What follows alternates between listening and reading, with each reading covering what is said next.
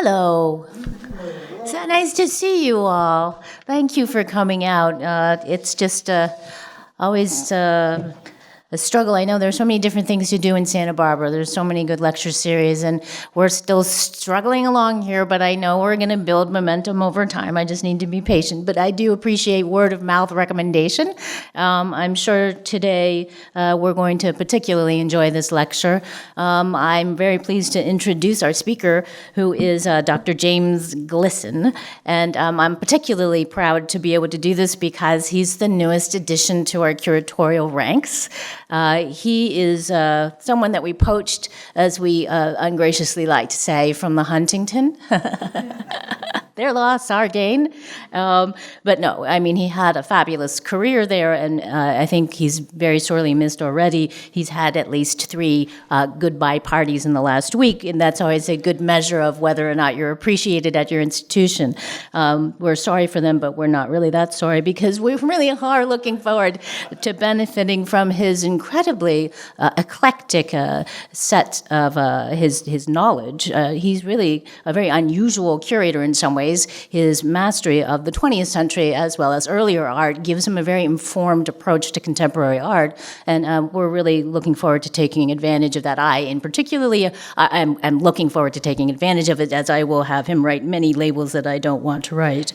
We're also looking forward to collaborating on the reinstallation, so there's a lot of new energy right around the corner. I'm really looking forward to enjoying with you the grand reopening in the fall, and as you can imagine, we're all running around like hamsters in the proverbial wheel trying to get all of that sorted out. And now to the lecture at hand. This is just sort of a funny coincidence. I actually did invite him to come and speak on Hammersley way before we ever realized he'd end up joining the staff. And as I like to tell him, it's really saving us a lot of money since we no longer have to pay him an honorarium. That's how cheap we've gotten. No, but it is truly, it's a coincidence and a very lovely one. But, particularly Hammersley to me seemed like a great topic, and Julie Joyce and I talked about this because she had been conferring with him, having already received at the museum several major gifts from the foundation. And so we knew of his expertise in this area, and he had done an exhibition just a few years ago in 2017 on Hammersley called To Paint Without Thinking. So it seemed like a great moment to be able to have him come and devote a whole lecture to this topic. Just a little more background on him. He's held appointments at lots of different institutions, including the Art Institute of Chicago, the St. Louis Art Museum, and the Block Museum of Art. He's been at the Huntington for, what did you say it was? 8 years, and has accomplished quite a number of major exhibitions, including the Hammersley Show. And, he's really been very active. There are 2 big shows that opened recently. The one at the Huntington that I guess just closed is 1919, which was its centennial exhibition. Fascinating topic. And he co-curated that with Jennifer Watts. To great fanfare, very successful, reviewed in the Wall Street Journal. He also did a beautiful show that I got to see called True Grit at the Getty, which is American prints from 1900 to 1950, co-curated with Stephanie Schrader. So as you can see, he's got a lot going on all the time, and as you get to know him, I think you'll really appreciate as much as I do his intellectual flexibility, his charm, and his great passion for art. So with that, please join me in welcoming James to the stage.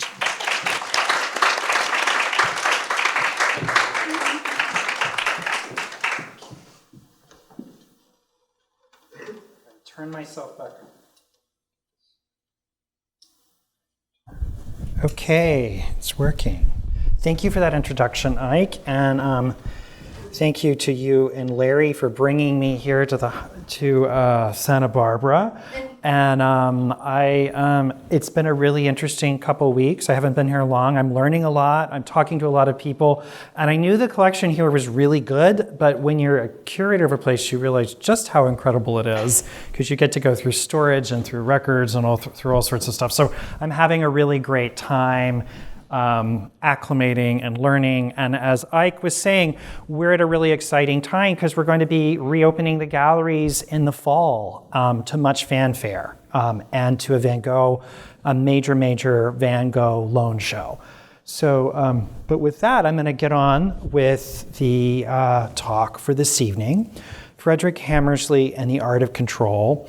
And this talk's going to go in kind of two directions, or a couple parts. First part, many of you probably know who Frederick Hammersley is, but maybe you don't. And I'm going to talk a little bit about him and a bit about the works in the show. So here we have a picture of Frederick. He's in his home. He's here in Albuquerque, and he's holding one of his painting notebooks, as he called him. And here's one of his organic paintings in the back. And these books, as you'll see in a moment, factor very largely into the project I did 2 years ago, Frederick Hammersley, To Paint Without Thinking, that I co-curated by paintings conservator and scientist Alan Phoenix.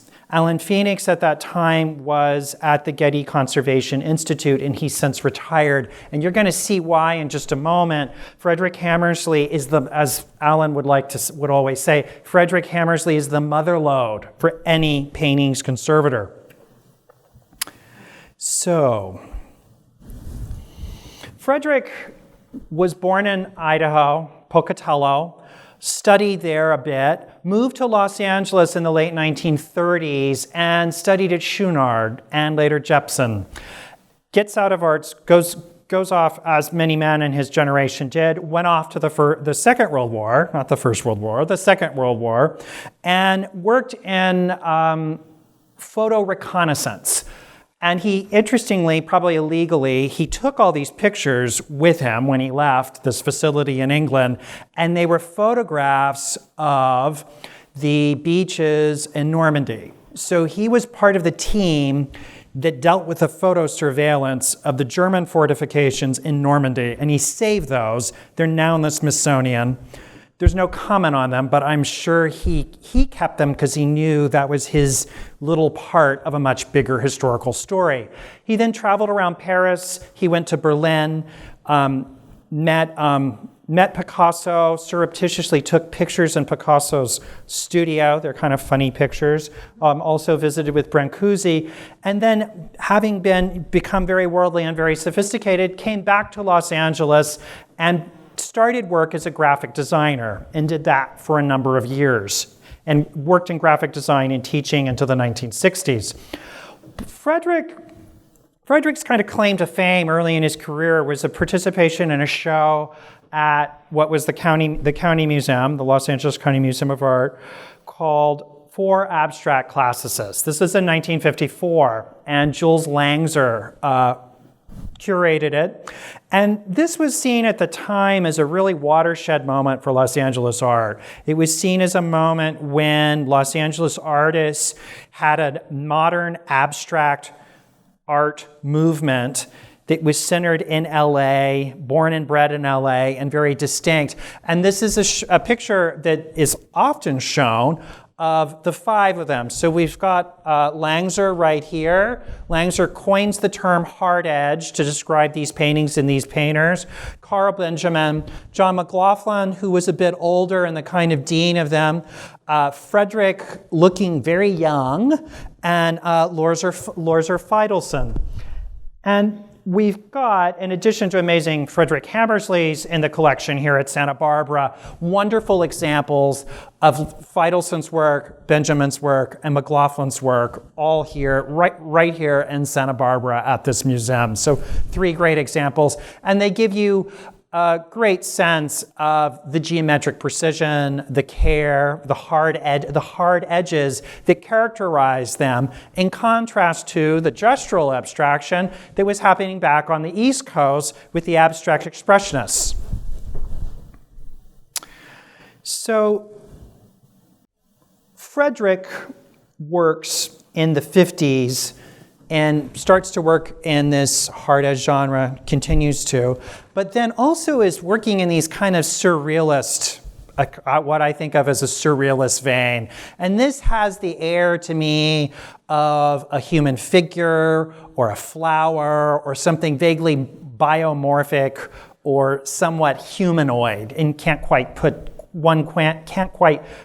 his finger on what it is. And these two early pictures, this one from 58, this one from 59, show a kind of bifurcation that happens in his career. And this bifurcation extends from the 1950s right up until his death in 2009. And that bifurcation is, on one hand, crisp geometric abstraction. He comes to call these the geometrics. He loves neologisms, and he doesn't like capitalization, and he has all sorts of wonderful turns of phrase, as you'll start to see. And on the other side is a looser way of working, a more curvaceous way of working that he came to call the organics. So in the show, To Paint Without Thinking, we just focused on these 4 paintings, and the reason for this is I thought they were exemplary. One of them is For a While, which is here at Santa Barbara. This is in a private collection. It was a very important painting to Frederick personally. This is in Palm Springs, and that was at the Huntington.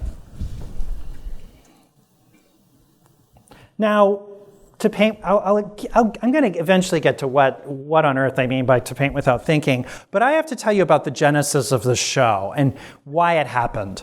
So, at my previous institution, a painting by Frederick Hammersley came into the collection, and the marvels of Google. How did anyone find anything before Google? I guess they picked up the phone, which I don't do that. I don't do as much as I used to. But the Getty had just gotten a large trove of materials from the Frederick Hammersley Foundation. This would have been about 2013, 2014. And I, got over there one afternoon, and my jaw dropped. And my jaw dropped because of the quantity of material that had been deposited and how interesting it was. There's 3 basic bodies of material. One are his sketchbooks. There are hundreds of pages of these. There's 2 sizes and 2 types of these sketchbooks. These are the smaller scale sketchbooks. They're done to scale, so 1/16 of an inch equals a foot in these drawings. And this is actually almost, the actual notebook's a bit smaller than what you see on the screen, and they're done in colored pencil.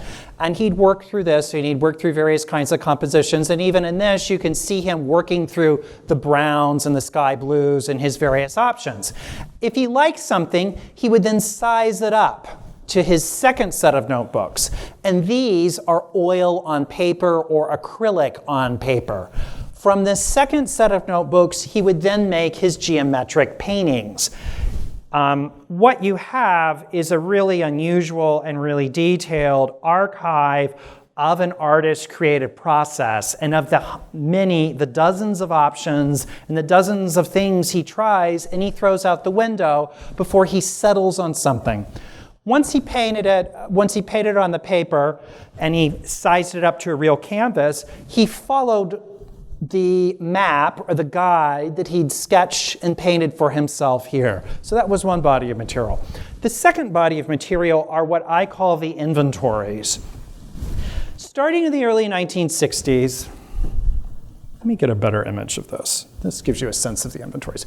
Starting in the 1960s, he documented each and every step for the production of a painting. These aren't as detailed as they get. They get more and more detailed as the years go on. So let's see, this gets more detailed. So we get this painting from 1970, 3-part harmony. He tells us 42 by 42 Utrecht linen. The drawing was made 16th of January. The painting is started the 29th of January. Used permalba white and Winsor Newton Mars black. Finished, 2 coats. I mean, you can read this. Now you see why the paintings conservator went nuts over this. This is incredible. What he also told me, because the thing is if you're an art historian, you're always suspicious of artists. You're suspicious of what they tell you, because they put things in the best light, and you should be particularly suspicious of artists' record keeping. Ooh. It turns out, and this was kind of my intuition, but Alan tells me he really did record things accurately and was very careful to do so. So what you have is an artist that has this extraordinary, almost step-by-step account of how he made something at a technical level. Let's go back. And then the final set. So we had the sketchbooks, we then have the inventories, and then we have lists of titles. There were about 150 sheets, maybe 160 sheets of these titles that he kept year after year. And it was where he would dream up the zany kinds of titles that you're going to be seeing as I continue to move through this lecture. So this is an incredible body of material, and there was no one who had thought about these in relationship to the paintings and to the work more generally. So I'm not what I call an archive rabbit. I'm not generally someone who thinks, oh, here's the laundry bill of Jackson Pollock and all the great things it tells us. But this is an instance of an archive that shows that behind these pretty laconic paintings, these very simple paintings, there's actually a pretty complicated process, as there is actually for any artist making something, but it's documented, number one. And number two, which I will get at later in the talk, is that he's not an artist I ever thought of as engaging in a rule-based practice like someone like on Kawara or Sol LeWitt, and yet he kind of is engaging in a rule-based practice, right? Because you could work backwards from these almost to create a painting. It's a set of instructions for a painting. And so that also became very interesting to me because he's never an artist who's thought of in terms of conceptual art or process-based practices that were so common in the 1960s. And in fact, he's kind of thought of as this eccentric, and I think he was actually eccentric. I never met him. He passed away before I started working on the project.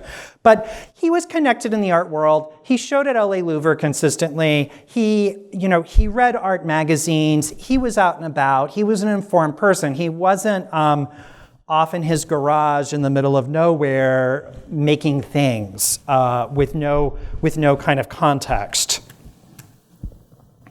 So we can walk you through. This is Santa Barbara's painting. Here is the sketch for it. And you even in this the quality of image isn't very great. What this black is actually cut up electrical tape. It's not paint. And that's why it has a peculiar sheen. And then I think this page is where he's experimenting with shapes that eventually land on the shape for the Santa Barbara painting. And here we have the entry for our painting, and we get some interesting things. His handwriting can be a little hard to read, but it's from 1974, 45 by 45. Frederick was a cheapskate. He hated spending money.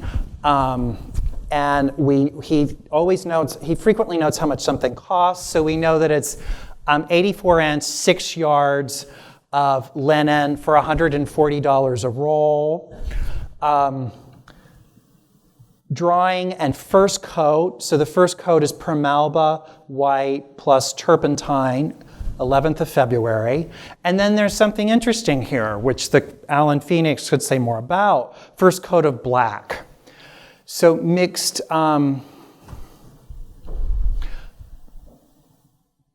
ultramarine blue, Windsor blue, Viridian green, Winsor Newton green, burnt umber, and then 4 different blacks. So that's the base coat for the black here.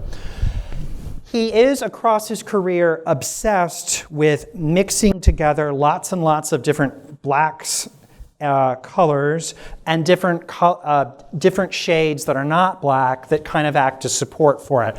I'm not quite sure what that's about, although I do notice, for those of you who are painters or artists, blacks can tend towards green. They can have a kind of green hue, and his don't.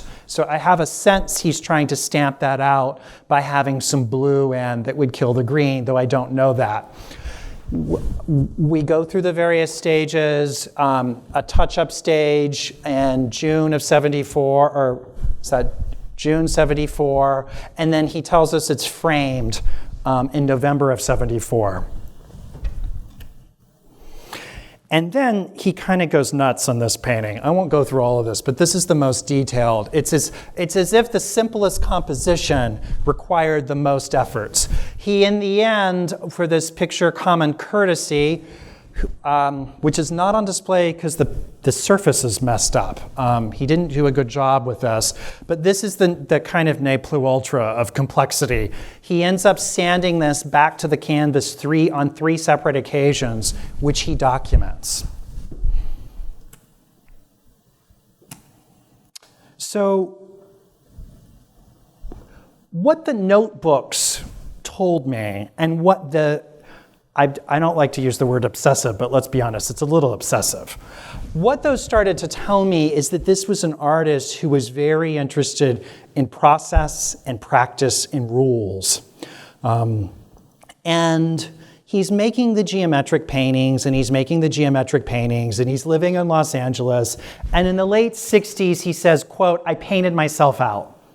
He burned out. He felt like he just didn't have any creative oomph.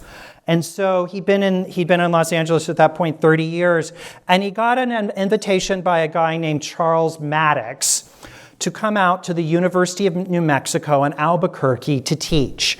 And Frederick had taught at Pomona, he taught at Chouinard, he'd done some gigs as a graphic designer, but he jumped at the opportunity. And the University of New Mexico department at that moment was really kind of happening. Clinton Adams, who the printmaker and founder of Tamarin, was there. Tamarin Print Studio would move there shortly. A few of his close friends were relocating to New Mexico. So he goes to New Mexico in 1969 and begins to teach at the University of New Mexico. And while he's there, he meets a guy named Richard Williams and a woman named Catherine Nash. Richard Williams and Catherine Nash in '69 developed something called Art 1, and it is among the first computer programs designed to be used by artists. Catherine Nash was an artist. She tragically died pretty young. I think she passed away in the late 1960s. And Richard Williams, I got to talk to him on the phone early in this process. Richard Williams has since passed away, but he was alive and well just a few years ago. So Richard was he was an electrical engineer by training, and he worked with Catherine on creating a program that artists could use. Now, when I walk you through how it's actually stuff got done, it's pretty amazing anybody made anything on this at all.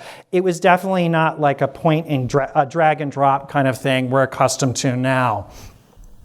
So Richard invited a number of artists, including Frederick, to take a seminar and learn how to use Art 1, and that's where these computer drawings, as Frederick called them, were created. So Frederick had this period, a fallow period. He moves to New Mexico, and he immerses himself in a very early moment of digital art there in Albuquerque. So Frederick saved everything, which is both either maddening or wonderful. It kind of depends on how you feel that day. He saved the punch cards that he used to make jelly centers, which is right over there. I got 2 of the 3. This was the initializer that told the program which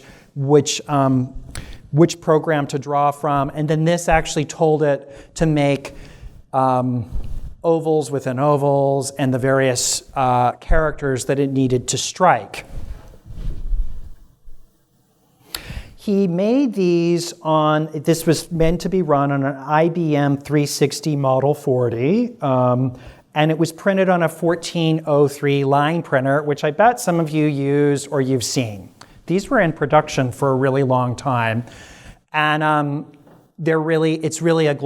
a sense, it's a glorified typewriter. So keep in mind that as he's running these punch cards through, there's no monitor. He only knows the only output he's getting are the printouts themselves, and then he has to kind of go back, figure out what went right or what went wrong, because I can even remember this. I had a computer programming class when I was very young. You used to get the error message an awful lot. For those of you that are Dr. Strangelove fans, I could not find an image of this. This particular kind of printer is the one that goes nuts in Dr. Strangelove and starts spewing out all of the paper at one point. So these are the directions. This is for a square. So I should say Richard was very generous. He shared the directions, and I have all the code for it. And it actually could be sort of resurrected from, I guess, wherever computer programs go when they're not used anymore. It can be resurrected from that. I have not done that yet, but it might be interesting.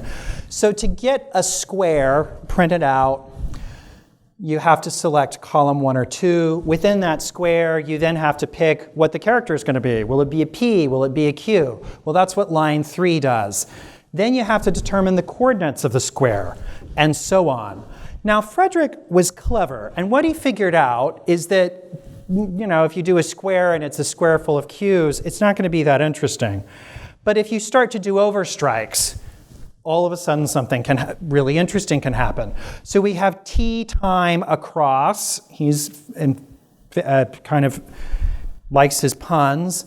And we can see from the printout that it was printed on the 10th of October of 1969.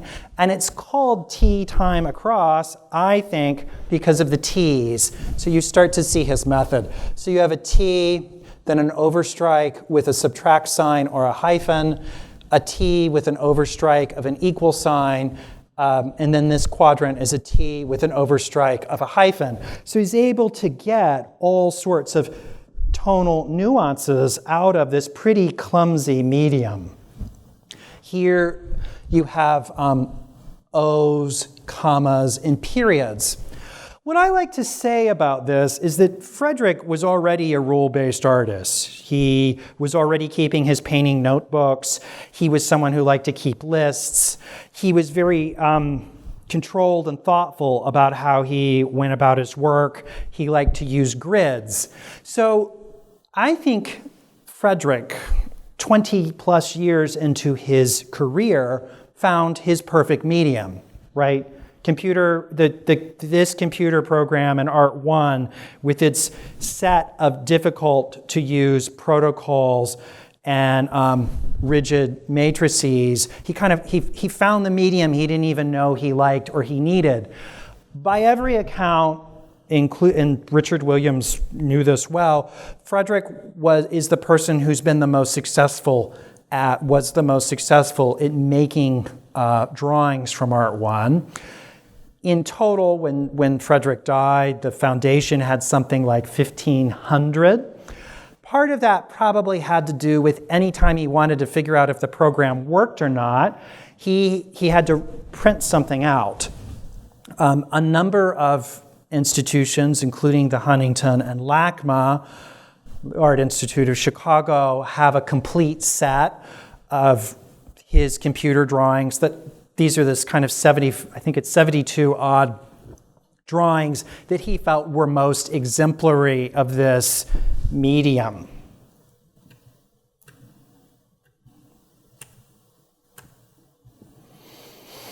We've got Enough is Plenty, which kind of looks like a face, kind of looks like a plate of eggs, and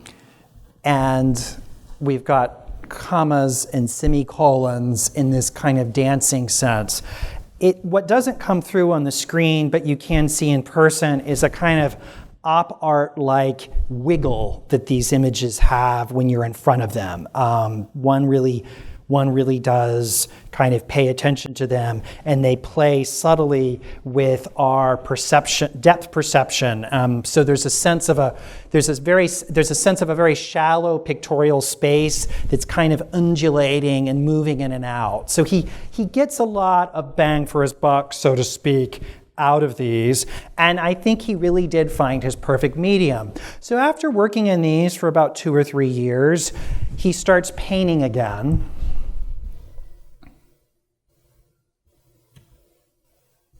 And we're going to go back.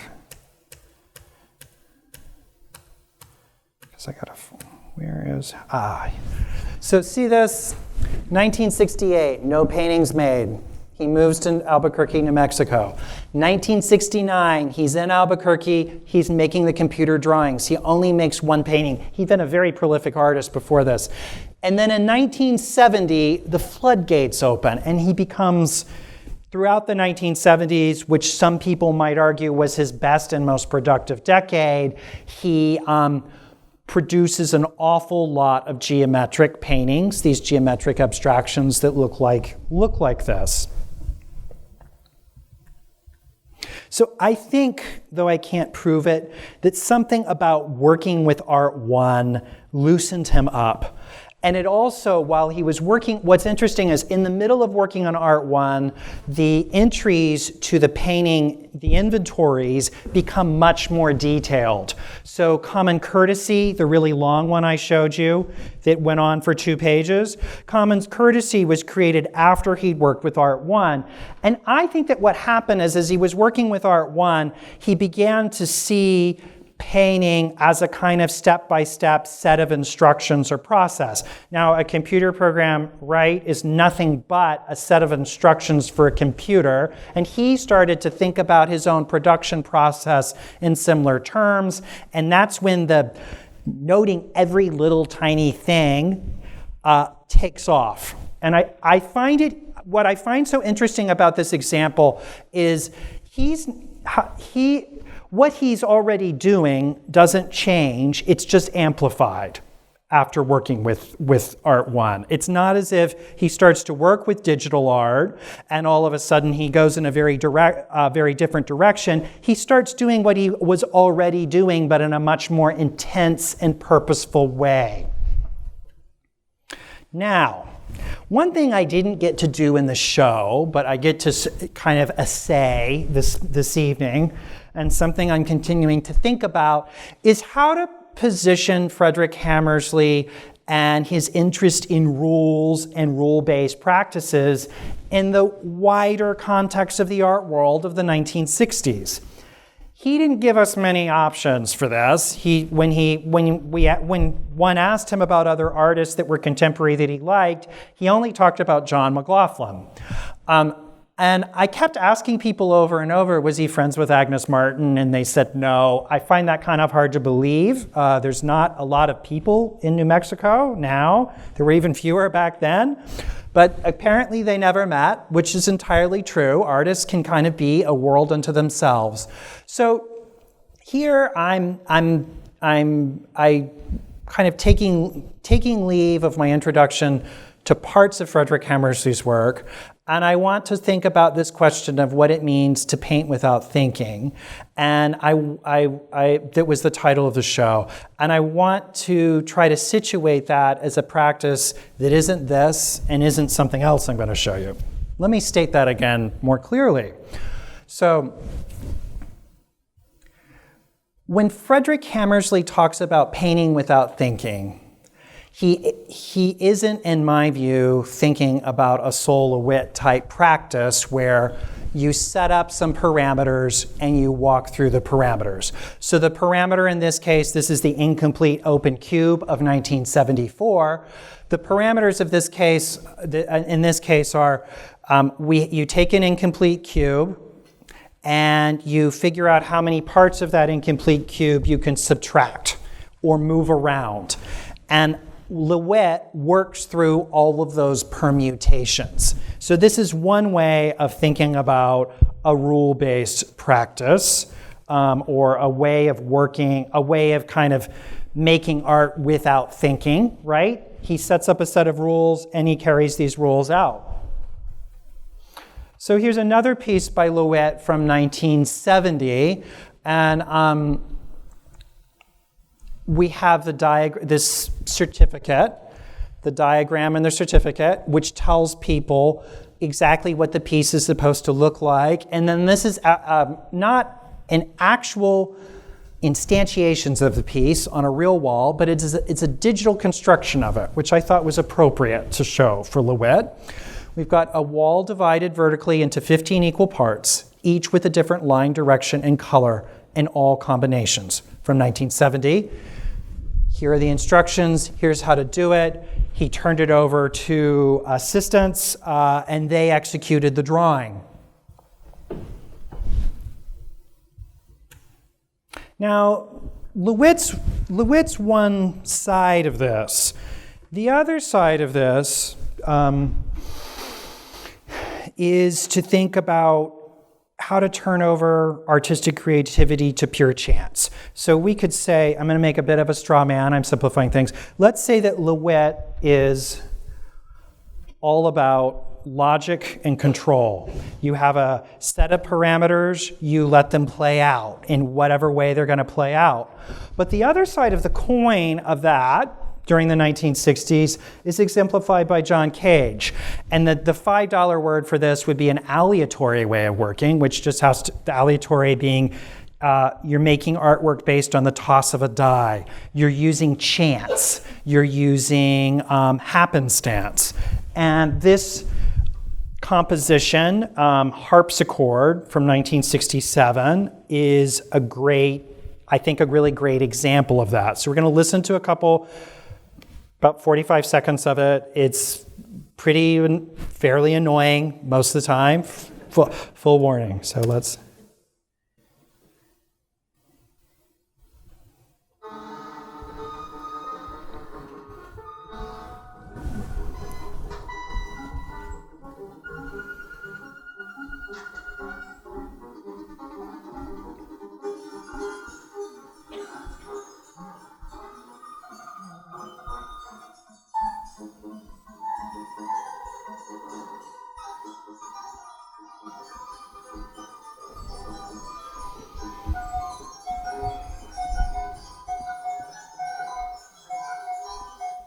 Okay.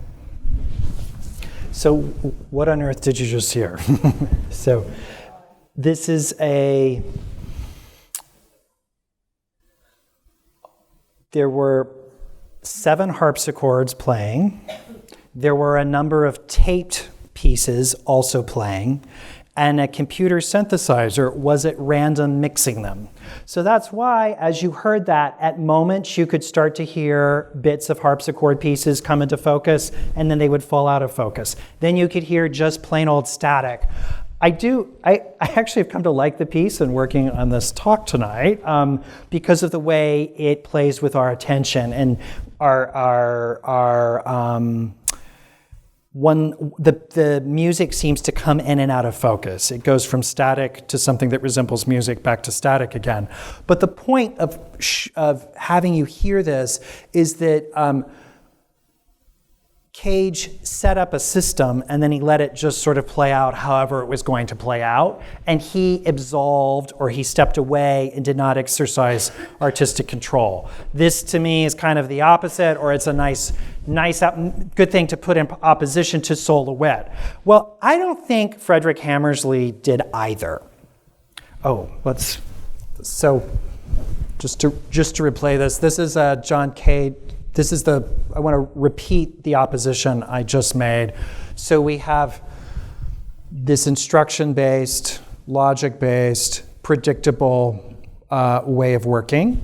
And then we've got John Cage. This is, I thought, kind of marvelous. John Cage making monoprints. We've got what looks like a coffee stain. It isn't. We've got the paper completely falling apart. The paper itself was partially burnt. And then backed on another sheet of paper to kind of hold it. That's the chine-colle method. But these two very contrasting ways of working.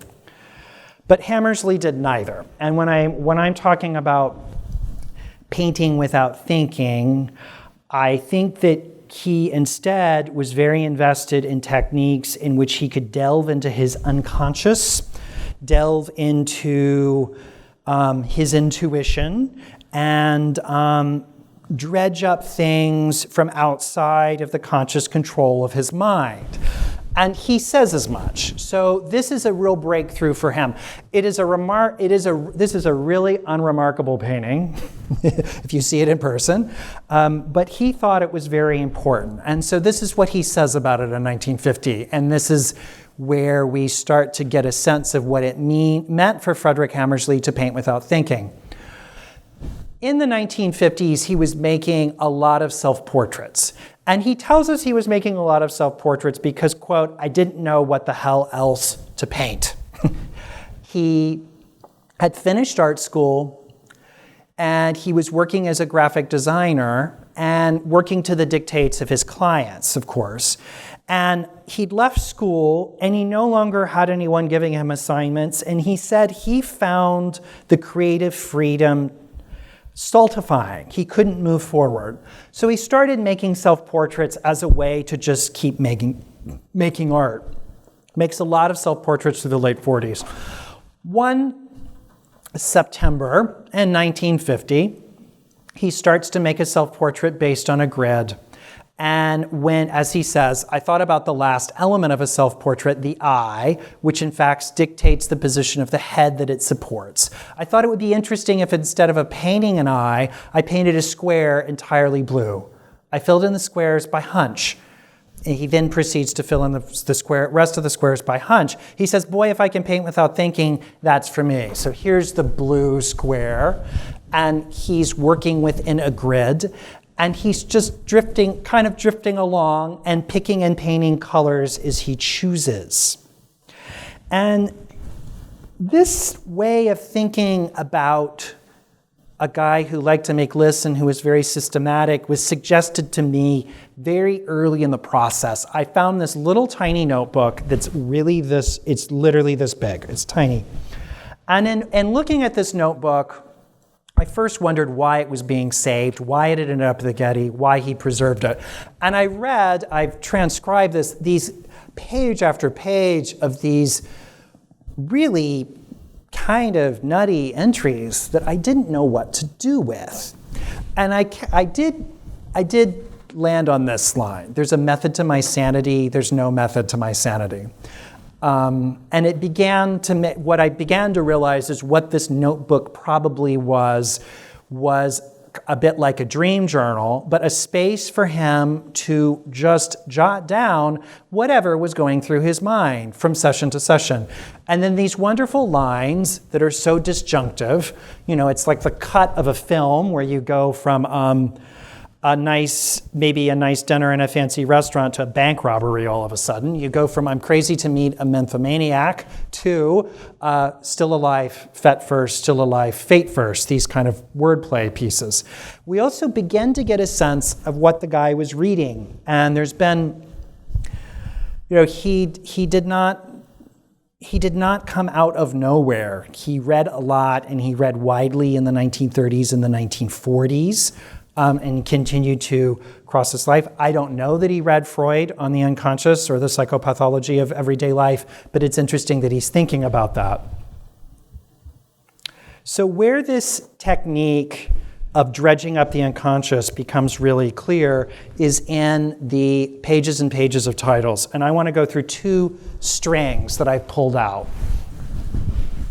And this is the artist really in a sense, at work, his mind clear, jotting down potential titles for paintings. So here and now, turnabout, near and far, round and flat, straight, meeting, offshoot, sequel, couplet, match, mate, part of, opposite. And I think as you follow this, there are moments, much like the John Cage, actually, of coherence, where you can kind of figure out what he's bouncing off of as he's moving. Offshoot and sequel are not quite synonyms, but they're related. Round and flat, well, flat relates to straight. Near and far, round and flat. You begin to see a kind of sensibility to it. Now, Frederick always claimed, and he claims in a 2003 interview, that when he was coming up with these titles, the finished painting was sitting in front of him. He only cooked up these titles and wrote these title strings when there was something to be titled right in front of him. This is his very last string of titles. He passes away a month later, and I think it's very meaningful with that in mind. So, new now new, know now no, now then, opposite, back and forth, complement.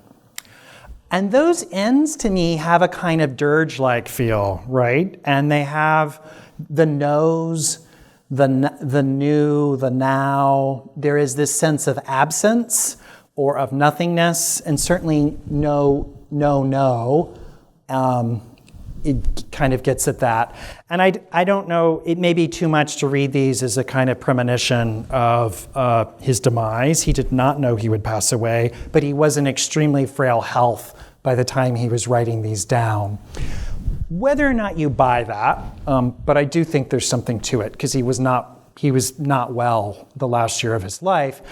I do think you can begin to see that there's these strands of sense, and then he goes, now then, and then he jumps to opposite, which doesn't seem to relate, but opposite and back and forth I kind of get, and then complement, I don't know what to make of that. But these title strings are wonderful, and the back and forth that they elicit. Now with these titles, some of his titles seesaw. You get a sense of visual toggling, at least when you see the painting in person. And I think Tango has a certain kind of jaunty, dance-like quality to it. But a lot of these titles, I can't really make much out of them, and I love the way the titles don't fit with the painting. So Mutual Fund, Faith, Hope, and Clarity. He likes his bad puns. Sacred and Profane. So sometimes his titles are descriptive, sometimes his titles are red herrings and they lead off in other directions. Now, another place where he was kind of mining the unconscious and mining the nether reaches of his mind were in the organics. And this is an organic here at Santa Barbara. And about these organics, he said, at first I would paint a shape that I would see there, that one colored shape in that canvas would work or fit. The next shape would come from the feeling of the first plus the canvas. This process would continue until the last shape completed the picture.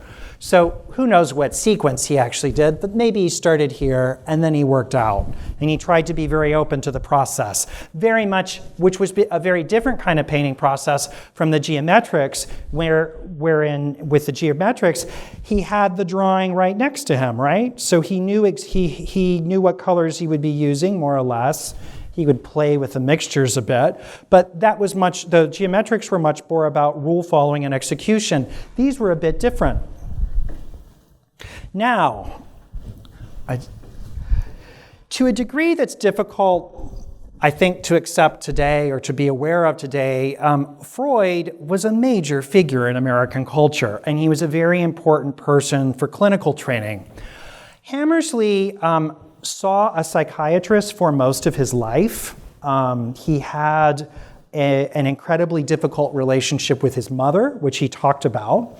And he would have been under clinical treatment in the 1940s and 1950s when techniques of word association were a standard part of clinical practice.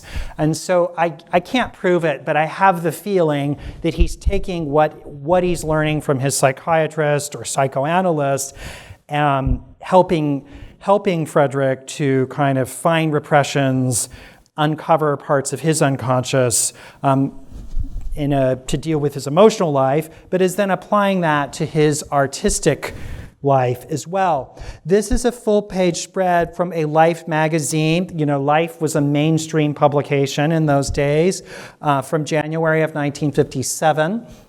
And it's all about, there's a whole section on word association as a technique to figure out where one's repressed. So you would be asked, the technique when as such, you would be, a word might be said like dog or chair. And if you waited too long to spit out, fluffy or hard, the administrator of the test would note that and would assume that there was some sort of repression or anxiety around that word. There's also, later in this series, there's a whole article for women wives to how to tell if their husband is a repressed homosexual or not.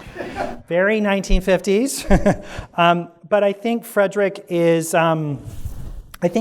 was kind of plumbing, using these clinical techniques to plumb the depths of his own unconscious. I know for a fact that he read William James. And I know that because I went through his library, Frederick's library, and I found it. And, James is, besides Freud, who, Freud spends an awful lot of time talking about how our conscious minds and what we think is going on rationally is really very little of it. But William James says the same thing. And William James has a great way of talking about intention that I could see Frederick really latching on to. And the way William James talks about intention is as follows. He says, and I'm paraphrasing a bit. So James says, so you're about to say something. All of us in the audience have been about to say something, and we know more or less what we want to say, but do we ever know exactly what we're going to say and how we're going to say it? No. So you can have the most definite intention to say something, and yet when you actually execute it and you're actually saying it, surprise yourself with what you're saying. And I think that can be very nicely applied to the artistic process, because artists, someone like Frederick, when he's in his sketchbook, has a sense of the direction he wants to go, but I'm sure he was surprised by the things that arrived. In the same way that as I'm standing up here and I know more or less what I want to say to you, I'm sometimes surprised at the things I'm saying, or not so surprised at the things I'm saying. But that way of thinking about the human mind is having vast, unplumbed depths. This is something I have come to see Frederick Hammersley as a kind of armchair psychoanalyst, or maybe armchair, neuroscientist. I don't want to push this too far. He didn't read any of this material, although apparently he was interested in neuroscience, I've been told. So he, in an intuitive and untutored way, came up with ways to free himself, to make himself loosen up for the creative process. And that's what I mean when I'm starting to talk about to paint without thinking. It's not that he wasn't thinking at all, it's that he often was doing these things, like keeping these notebooks or writing these strings of titles to loosen himself up. Daniel Kahneman, many of you have probably read this book. He has the System 1, System 2 distinction. I always forget which is which, but one is basically all the kinds of things that are happening. For instance, the system, I think it's System 1. It might be System 2, but there's two systems. I know that. System 1 is I'm maintaining balance as I'm speaking to you. I don't really have to think about it. System 1 is most of the words I'm saying are landing and you're processing them instantly. System 2 is when you have to do complex arithmetic, when you have to read legal contracts, when you have to expend a lot more cognitive energy to make things happen. And so that's one thing. And then Stanislas Dehaene has done really interesting work on thinking about consciousness. And of course, the opposite of consciousness is unconsciousness. And in this book, very nicely summarizes all sorts of ways that all sorts of processing is happening below the threshold of consciousness whenever we're looking at something or we're processing verbal cues.